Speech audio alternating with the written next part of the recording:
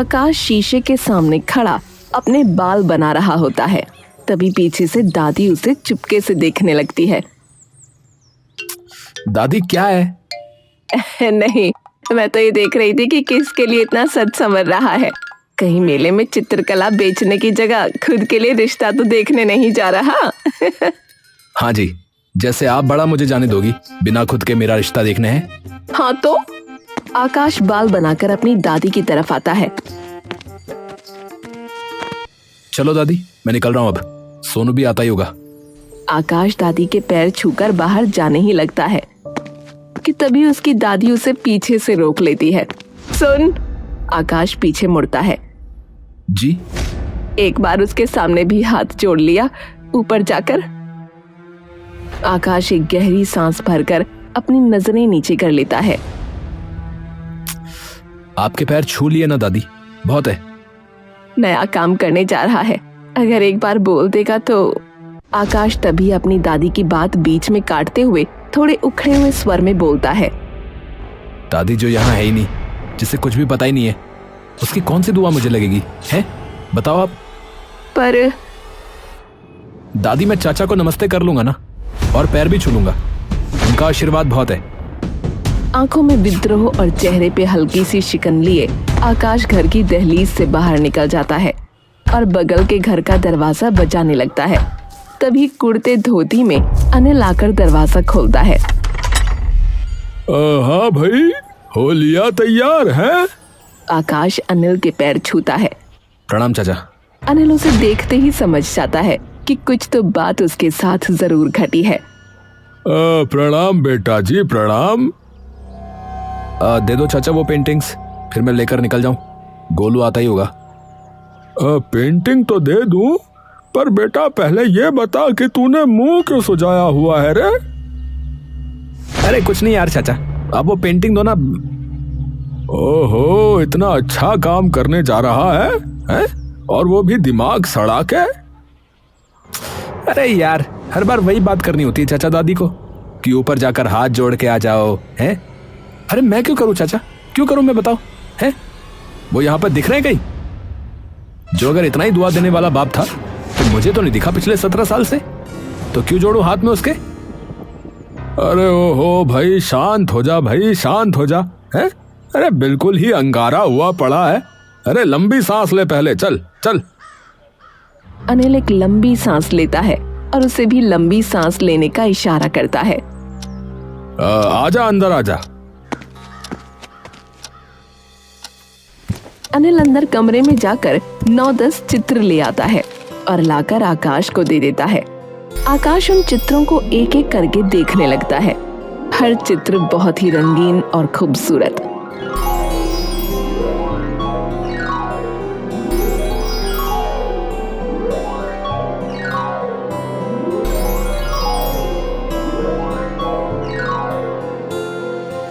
अरे वाह चाचा जी, हैं? आपके तो हाथ में पेंटिंग ब्रश आते ही आप जादू कर देते हो। अरे बस यूं समझ कि उस्ताद है तेरा चाचा। हाँ। आकाश हंसने लगता है। तो भी फिर इसकी दुकान लगाएगा? हाँ। अरे दुकान लगाऊंगा नहीं, उधर की दुकानों पे बेचूंगा। अरे उनके पास पहले से ही इतना सामान होता है तो ये क्यों लेंगे वे, हैं? अरे चाचा, आज लोगों को खूब शौक है अपने घरों में ऐसी चित्रकला टांगने का, तो भाग के लेंगे वो तो। हाँ, अच्छा ठीक है भाई, ठीक है। तभी बाहर से सोनू की आवाज उसे आती है। अरे अक्की ओए, अरे आकाश। आ गया। चलो चाचा, मैं चलता हूँ। ठीक है ठीक है। अरे आ गया भाई, आ गया। अरे यार फटाफट चल भाई, एक बार भीड़ लग गई ना तो दुकानदारों से बात करना मुश्किल हो जाएगा, बता रहा हूँ। हाँ यार चल। तू क्या लाया रे? सोनू अपने थैले में से गुलाब के फूल निकालता है। ये बेचेगा? हाँ यार, वो भी लड़कियों को। अबे तेरे मुंह पे चप्पल मारेंगी वो। हाँ अबे यार, तो मैं तो बस बेच ही रहा हूँ ना यार, मैं क्या कर रहा हूँ बता।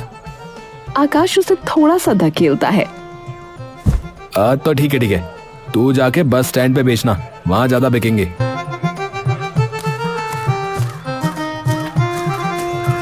दोनों मेले में जाकर वहाँ की चहल पहल से चकाचौंध हो जाते हैं।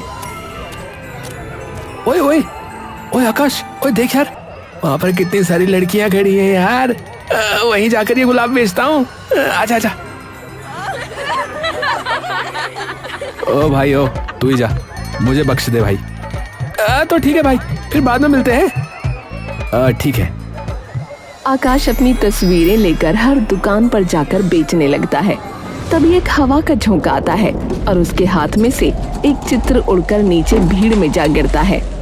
आकाश उस चित्र को उठाने के लिए भागता है, लेकिन अचानक उसके सामने एक इंसान आ जाता है और जल्दी जल्दी में आकाश उसे धकेल देता है। वो इंसान नीचे जमीन पर जा गिरता है। आकाश वो चित्र उठाकर उस इंसान की ओर मुड़ता है। माफ कीजिएगा भाई साहब, कोई इस पे पैर रख देता तो। आकाश की नजरें जैसे ही उस इंसान की आंखों पर पड़ती हैं, वो तभी बोलते बोलते चुप हो जाता है। उस इंसान की आंखों का गहरा चमकता हरा रंग आकाश की सभी इंद्रियां सुन्न कर देता है। पापा। वो इंसान हड़बड़ाकर अचानक से उठता है और वहां से फटाफट भीड़ में घुस जाता है। आकाश थोड़ी देर तक स्तब्ध सा वहीं बैठा रहता है। तभी पीछे से सोनू उसके कंधे पर हाथ रखता है।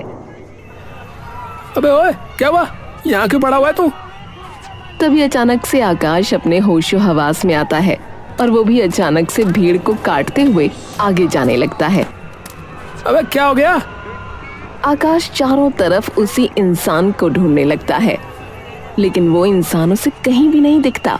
उसका मन अब एकदम कुलबुला उठता है और वो अपने कदम और तेजी से आगे बढ़ाने लगता है। उसकी निगाहें हर इंसान पे, हर दुकान पे घूम जाती हैं। कहाँ गया? कहाँ गया? तभी उसकी नजर एक बार उस इंसान की चादर पर पड़ती है। वो इंसान उससे थोड़ी दूरी पर खड़ा होता है। आकाश की आंखों की पुतलियां उसे देखते ही बड़ी हो जाती हैं। वो पूरी हिम्मत लगाकर भीड़ को चीरता हुआ निकलता है और उस चादर वाले इंसान का पीछा करने लगता है। धीरे धीरे वो इंसान मेले के अंत में पहुंच जाता है, जहां मेले की भीड़ छट जाती है। आकाश दौड़ता हुआ मेले के अंत में जा पहुंचता है और भागकर उस इंसान की चादर खींच लेता है। क्या है? मेरी चादर दे वापस। अरे यार, ये तो कोई और है। माफ कीजिएगा, मुझे लगा कोई और है। माफ कीजिएगा। आकाश उसे उसकी चादर दे देता है और वापस जाने लगता है। कहाँ गया वो इंसान? तभी आकाश की नजरें दुकानों पर पड़ती हैं। इनसे पूछ के देखता हूँ, शायद इनसे उसने कुछ खरीदा हो। आकाश हर दुकान पर जाकर उस इंसान के बारे में पूछना शुरू कर देता है, लेकिन उसे कहीं से कुछ नहीं पता चलता। तभी उसकी नजर एक छोटे से खिलौने की दुकान पर पड़ती है, जहाँ कई सारे खिलौने रखे होते हैं, लेकिन आकाश की नजर अलग से एक खिलौने पर जाती है। हाँ? ये कहाँ से? आकाश दौड़ता हुआ उस दुकानदार के पास जाता है और उठाकर एक लकड़ी के खिलौने को देखने लगता है। ये तो बिल्कुल मेरे जैसा दिख रहा है, जैसा मैं बचपन में दिखता था। तभी दुकानदार उसके पास आकर उससे पूछने लगता है। ए भैया, बांध दो का है? भैया बांध दो इसे। आकाश अपने ख्यालात में पूरी तरह मशरूफ होता है। ए भैया। हाँ, क्या हुआ? अरे हम कह रहे थे कि अगर ई वाला खिलौना अच्छा लग रहा हो तो हम बांट देते हैं। ये आपने बनाया है? अरे हमने? अरे नहीं भैया, अरे हम में कहाँ इतनी कला भैया है। तो अरे ये तो हमने जो है अलग अलग जगहों से खरीदा रहा। ये आपको किसी आदमी ने तो नहीं दिया जिसकी आंखों का रंग हरा था? हरा रंग? नहीं भैया, पर हाँ, अभी एक ऐसा ही आदमी जो है ये खिलौना को उठाकर जरूर निहार रहा था, टुकुर टुकुर देख रहा था भैया। अरे जो है हम कुछ बोल पाते इससे पहले ही वो निकल गया रहा। तो ये कहाँ से मिला आपको? अरे ये वाला? हाँ, तो ये वाला जो है हाँ, वो चांदपुर शहर है ना, वहीं के दुकान से हमने लिया रहे। उन्होंने जो है काफी सस्ते में दे दिया हमका, क्योंकि उनका जो है बिक नहीं रहा था ना उधर, इसीलिए। आप इस जगह का पता मुझे लिखकर दे सकते हैं क्या? भैया दे तो देंगे भैया, पर देखो बोनी का टाइम है, ये खिलौना अगर खरीद लोगे तो हम अवश्य दे देंगे भैया। ठीक है। दुकानदार उसे वो खिलौना और दुकान का पता दे देता है। आकाश वो खिलौना लेकर वापस घर आ जाता है और सीधा अपने चाचा के पास चला जाता है। चाचा और आकाश एक कमरे में बैठे हैं। अबे क्या हुआ? अरे यार, मुझे आज मेले में। अबे मेले में? अबे क्या हो गया मेले में? वो दिखे यार। कौन कौन दिखे बे? अबे पापा यार। सोनू थोड़ी देर के लिए ये सुन के सन्न रह जाता है। अबे क्या बोल रहे? पर ये कैसे हो गया यार? सोनू थोड़ी देर बाद बिना हिले असमंजस और अविश्वास की निगाहों से आकाश को देखता रहता है। उन्हीं की आंखें थी, मैं पक्का जानता हूं, इतना तो मुझे याद ही है। अबे तो तूने क्या किया? अबे यार कुछ भी नहीं, इससे पहले कुछ कर पाता, वो फिर से गायब हो गया यार। और फिर मुझे ये खिलौने वाला दिखा, जिसके पास से मुझे ये मिला यार। अबे यार ये तो बिल्कुल तेरे जैसा ही दिख रहा है, जैसे तू बचपन में दिखता था। पर कोई और भी तो हो सकता है यार वैसे। अरे चाचा जरा ध्यान से देख, कपड़े भी तो वही पहने जो उस फोटो में, और बस वही एक फोटो है उनकी और मेरी। और मैं हूं या नहीं ये तो वहीं जाकर पता चल पाएगा कल। अरे तू छोड़ ना, क्यों जाना है तुझे? हैं? यहाँ सही तो चल रहा है। नहीं नहीं चाचा, जवाब तो मैं लेकर रहूंगा उनसे। अरे क्यों फालतू में खुद को तंग करना है तुझे? हैं? फालतू में नहीं चाचा, 17 साल चाचा, 17 साल। माँ तो पैदा होते ही जल बसी, और बाप भी ऐसा कि अपनी औलाद को अकेले छोड़ के भाग गया। तो सवाल तो पूछूंगा कि ऐसा क्या हो गया था, कोई कमी थी मुझ में? अरे अरे तू शांत हो जा रे, इसीलिए मैं कह रहा हूं। देख अभी कैसा बावला हो रखा है, अभी जाकर सो जा, कल सुबह देखते हैं। अच्छा चल जा। आकाश चुपचाप जाकर सो जाता है। आकाश के चाचा सुबह सुबह आकाश के कमरे में उसे देखने के लिए पहुंच जाते हैं। देख लो इसे एक बार ठीक से, सो गया कि नहीं, कहीं यूं ही भटकता ना फिर रहा हो पूरी रात। अनिल जैसे ही अंदर घुसता है उसे उसका बिस्तर खाली दिखता है और कमरे में कोई नहीं होता। अनिल नीचे जाकर दादी से पूछता है, माँ ये आकाश कहाँ गया? पता नहीं, सुबह सुबह नहा धोकर निकला, बोला कि शहर जा रहा हूँ। हे भगवान। बहुत इकट्ठे कर लिए सवाल, अब जवाब का वक्त है।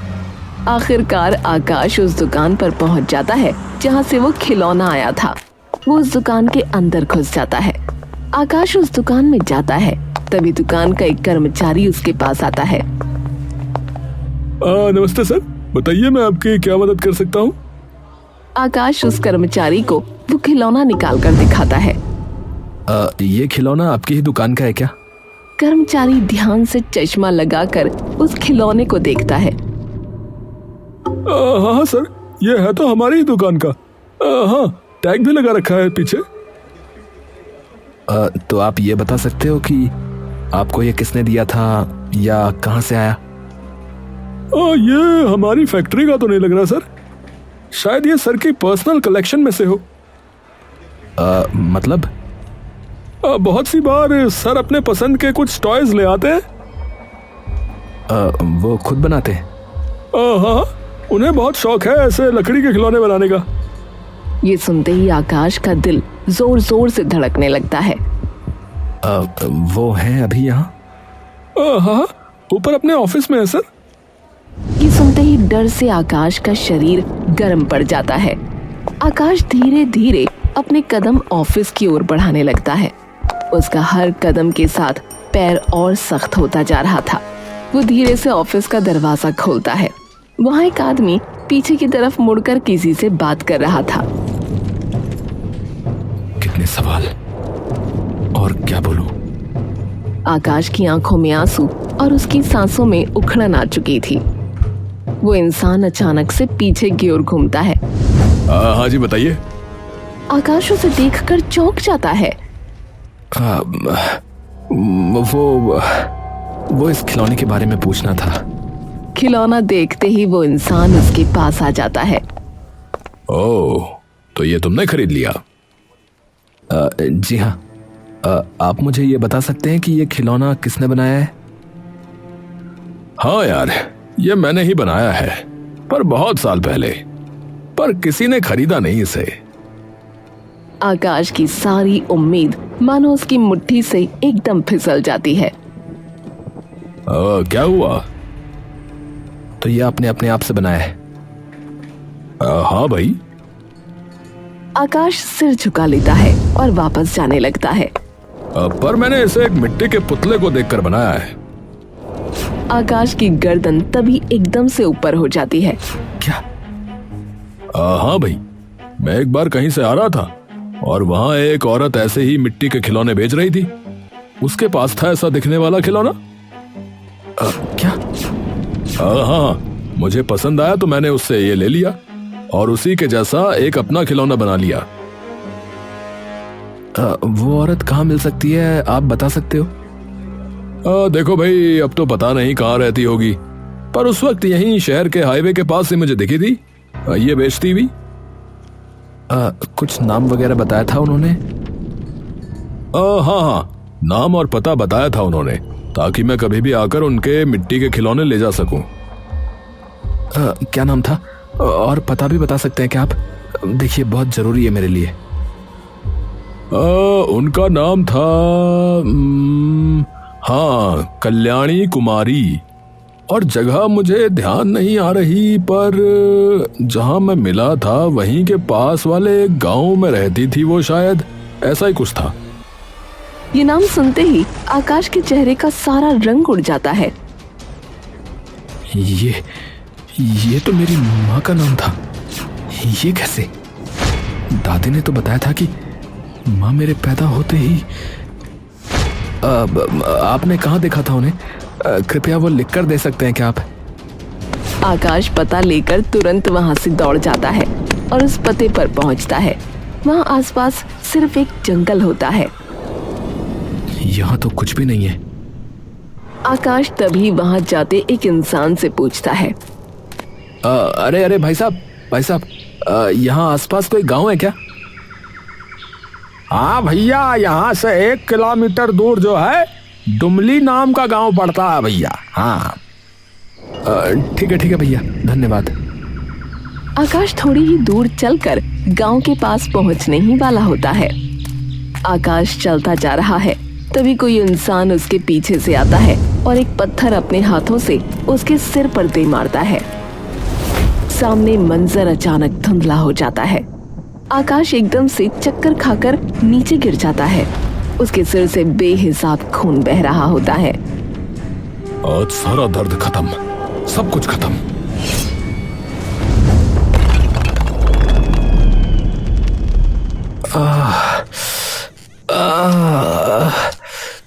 ये कहाँ गया मैं?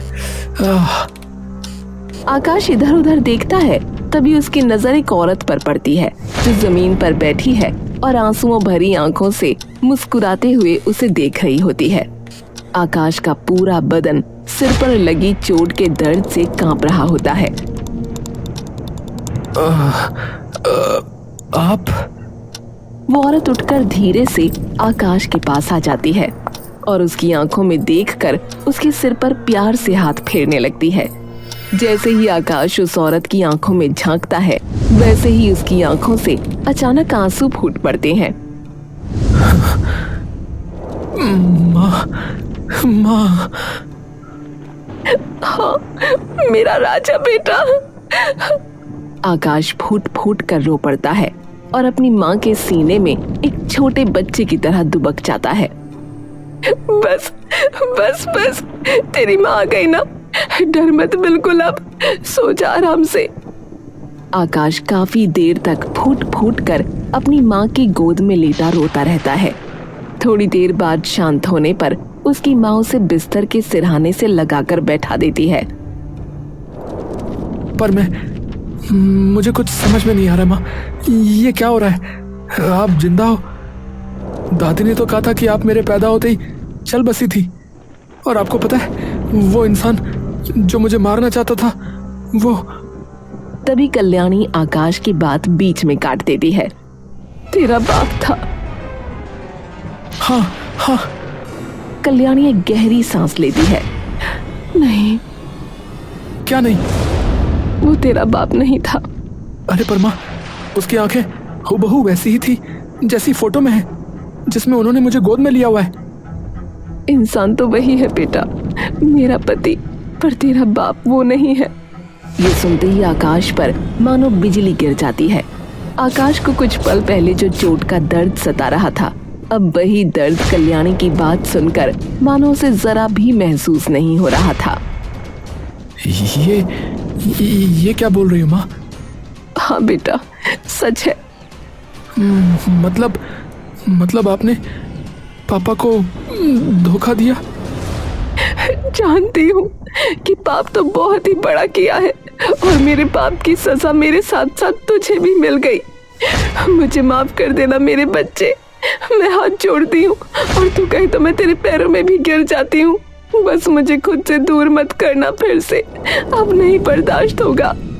इतनी मन्नतों के बाद मुझे तू फिर से मिला है, अब नहीं खो सकती मैं तुझे। तो आप भी अपनी मर्जी से छोड़कर गई थी मुझे? नहीं, मैं कभी तुझे छोड़कर नहीं जाना चाहती थी, पर तेरी दादी और तेरे पापा ने कहा कि पूरे गांव में ये बात फैला देंगे और तुझे भी कुएं में फेंक देंगे अगर मैं नहीं गई तो। मुझे माफ करना मेरे बच्चे, मुझे करना पड़ा।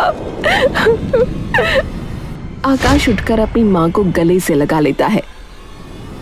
गलती का तो मुझे नहीं पता माँ। पता है, बचपन में मैं हमेशा सोचता था कि आप अगर होती तो कैसे मुझे डांटती मेरी गलती पर। आप सबसे अच्छा क्या पकाती होंगी? आपकी आवाज कैसी होगी?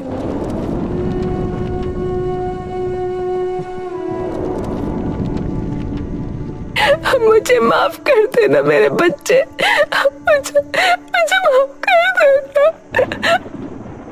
कोई नहीं माँ, कोई नहीं। कम से कम आप अपनी मर्जी से नहीं गई। आपने मेरी जान बचाई माँ। आप थी उस वक्त जब मुझे सबसे ज्यादा आपकी जरूरत थी।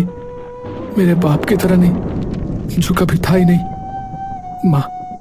पर आप मुझे बता सकती हो कि वो कौन था और क्यों उस इंसान ने मुझे मारने की कोशिश की जब मुझसे उसका कोई नाता ही नहीं है? तो कल्याणी कमरे के कोने में रखी एक छोटे संदूक की ओर बढ़ती है। उन्होंने पहले भी तुम्हें मेरे पेट में मारने की कोशिश की थी जब उन्हें पता चला, लेकिन तेरी दादी ने उन्हें रोक लिया। शायद जो मैंने उनके साथ किया उसका गुस्सा वक्त के साथ उनके मन में और गहरा हो गया हो। इसीलिए वो आए थे उस दिन मेले में मुझे मारने। पर अभी कहाँ है वो? पुलिस ले गई उन्हें, डर मत।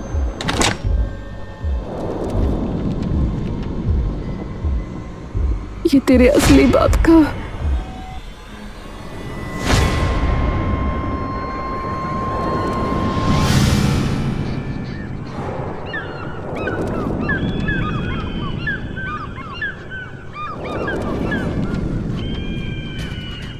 घर पे चाचा और दादी खड़े हुए आंगन में चिंता में टहल रहे हैं। सांझ हो गई, अभी तक क्यों नहीं आया? मैं एक काम करता हूँ, जाके देखता हूँ शहर में ही कहीं कोई गड़बड़ तो नहीं हो गई। तभी वहां आकाश, उसे देखते ही दादी उसके पास दौड़ती है। हे राम, क्या हुआ? तेरे सर पर चोट कैसे आई? दूर, पास भी मत आना मेरे। अरे आकाश, अरे क्या हुआ बेटा? चाचा, पहले मैं बताता हूँ कि क्या हुआ, फिर आपको भी बताना पड़ेगा। पहले मैं बताता हूँ। आकाश एक कागज निकालता है जेब से। ये मेरे बाप का है, मेरे असली बाप का। आकाश वो कागज अनिल के कदमों में फेंक देता है। अनिल वो कागज उठाता है। कागज को देखते ही उसका चेहरा एकदम से पीला पड़ जाता है।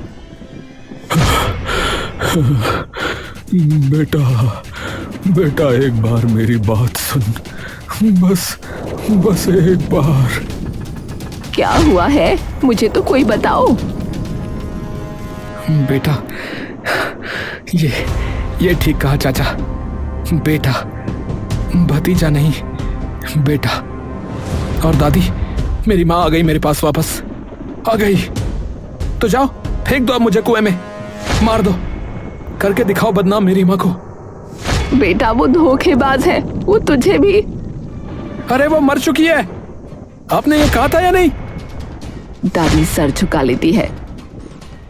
और सबसे बड़े धोखेबाज तो आप हो, जो मुझे प्यार के नाम पे सिर्फ 17 सालों तक धोखा देते आ रहे हो। और चाचा, अगर इतना ही प्यार था कि चुपचाप सब कुछ ताक पर रखकर उन्हें मेरा चित्र बनाकर दे सकते हो, तो कभी मुझे कुछ बताने की हिम्मत क्यों नहीं की? बोलो। सब लोग चुपचाप वहां खड़े हैं। ठीक है, जा रहा हूं मैं हमेशा के लिए। अब मैं और मेरी माँ अब आपके माथे पे कोई कलंक नहीं लगाएंगे। जियो खुशी से। आकाश मुड़कर वापस जाता रहता है। दादी उसे रोकने जाती है, लेकिन अनिल उसे हाथ पकड़कर रोक लेता है। जाने दे माँ, हमारे साथ इसका वक्त यहीं तक था। अब बेटा है, अपनी माँ का तो ध्यान रखेगा ही ना।